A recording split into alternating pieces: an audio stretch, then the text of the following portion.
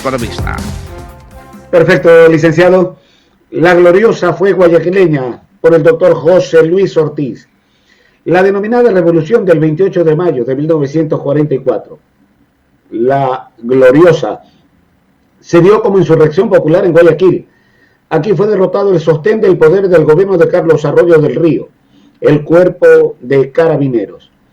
Esta estructura de corte paramilitar, creada en 1938 y armada por el Ejecutivo con la finalidad de que asumiera la función de sostén represivo del régimen, iba camino de convertirse en el sustituto del Ejército Nacional. Las Fuerzas Armadas habían sufrido los efectos de un trato despreciativo e irresponsable por parte del gobierno, que las consideraba una amenaza permanente para su estabilidad. Al interior de la institución se habría propagado la noticia de que Arroyo, aún antes de llegar a la presidencia, había sido partidario de crear una fuerza policial a semejanza de Panamá y otros países de la región. Y ese resentimiento, agudizado por los resultados del enfrentamiento con el Perú, derivaría en la convicción de que el régimen descargaba en las Fuerzas Armadas toda la culpa de ese monumental fracaso.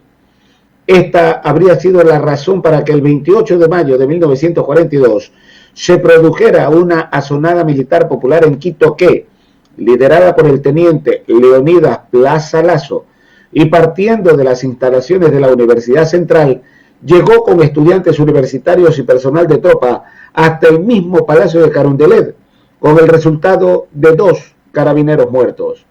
Como consecuencia de esto, Arroyo endureció su posición y, aplicando la Ley de Seguridad Nacional, apresó a los dirigentes de este evento, persiguió a otros y pasó a gobernar mediante decretos en los ámbitos económico y militar, prevalido de los plenos poderes otorgados por el legislativo. El progresivo calentamiento del ambiente político había partido del resultado de las elecciones presidenciales de enero de 1940. José María Velasco Ibarra, derrotado en 1935, decide intervenir en esa ley para enfrentar a Arroyo del Río y encargando el poder al presidente de la Cámara de Diputados, el liberal Andrés F. Córdoba, pasa a controlar en la práctica la institucionalidad pública y a utilizarla como aparato de campaña. Los medios de comunicación de la época recogieron múltiples denuncias de la intervención de funcionarios públicos en todo el país y dieron a conocer una serie de hechos oscuros en la inscripción de los votantes, con inocultable objetivo de hacer constar en los padrones una mayoría a favor del candidato oficial que se alzó al fin con la victoria. El resquemor y rechazo de gran parte de la colectividad como consecuencia de aquello se incrementó con la suscripción del Tratado de Río de Janeiro el 29 de enero de 1942. La actitud del Ecuador fue considerada señal de debilidad del gobierno y responsabilidad de dotar de tecnologías y recursos a las Fuerzas Armadas e indecisión temerosa para armar a los grupos de la población dispuestos a liberar los territorios tomados por el Perú. Fue tal la indignación colectiva que se dejó de lado una realidad que finalmente operaría en contra de los intereses ecuatorianos, la posición de los Estados Unidos como potencia ocupada en forzar la derrota del eje hitleriano y en consecuencia poco dispuesto a zanjar un problema que le parecía de poca monta. Para las elecciones presidenciales de 1944 sonó como real alternativa un solo nombre: José María Velasco Ibarra. Alrededor de él creció, aunque con dificultades, la idea de formar una gran organización opositora a nivel nacional. En Quito, el trabajo inicial fue asumido por un sector de los conservadores encabezado por Camilo Ponce Enríquez. Este impulsó como primera tarea la formación del denominado Frente Democrático Nacional, que derivó en la Alianza Democrática Ecuatoriana, ADE, a la que se adhirieron, aunque sin una clara definición del postulante a la candidatura, el Partido Conservador, el Partido Socialista, el Partido Comunista y el Partido Liberal Radical Independiente. El primero de ellos, el Partido Conservador, se manifestó renuente en el apoyo a Velasco Ibarra. Desechaba su candidatura y lo acusaba hasta de revolucionario y comunista. Sin embargo, y gracias a una inteligente jugada de los militantes guayaquileños de izquierda, Pedro Jorge Vera y Alfredo Vera, lograron recoger cientos de firmas de estudiantes universitarios de Guayaquil, Quito, Cuenca y Loja, a las que se sumarían las de una gran parte de la población de esas ciudades. Con ello, los partidarios de la candidatura de Velasco presionaron y consiguieron la aceptación conservadora y la definitiva aprobación del Partido Socialista, que se mantenía vacilante.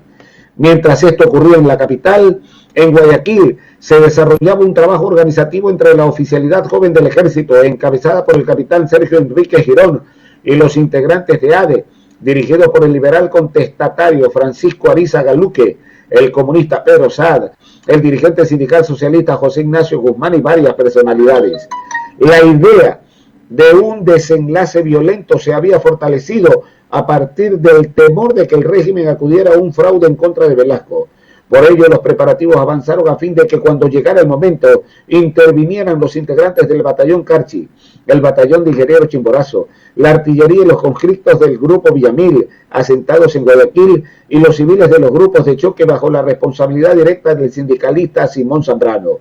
El arresto en Guayaquil de Enrique Barresueta, que cumplía funciones de enlace entre ADE y los jóvenes oficiales el día 27, desencadenó la revuelta popular del 28 de mayo. Los complotados decidieron que a las 11 de la noche se atacaría el cuartel de carabineros ubicado en las calles Cuenca y Chimborazo. Jóvenes de las organizaciones de izquierda adheridas a ADE y dirigentes sindicales con valerosos pronunciamientos indujeron a una multitud para que, junto con los conscriptos de los grupos sublevados, marchara hasta ese cuartel y lo tomara, con el resultado de más de 100 muertos y varios cientos de heridos. Guayaquil salió a las calles y recuperó para la democracia el honor nacional.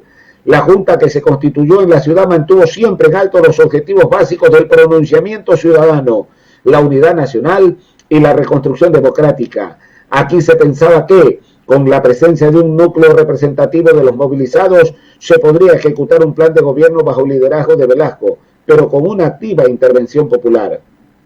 Sin embargo, esto, que para los políticos quiteños sonaba amenaza revolucionaria y socialista, fue el factor fundamental que los llevaría a apresurar el arribo del líder desde Colombia. Velasco llegó a Quito. Julio Teodoro Salén, uno de sus más cercanos colaboradores, lo posesionó como jefe de Estado, y los guayaquileños, que habían puesto en juego su vida, se resignaron a ser dejados de lado como única solución para terminar la profunda crisis política de la época. Hasta aquí el editorial. La gloriosa fue guayaquileña del doctor José Luis Ortiz, licenciado.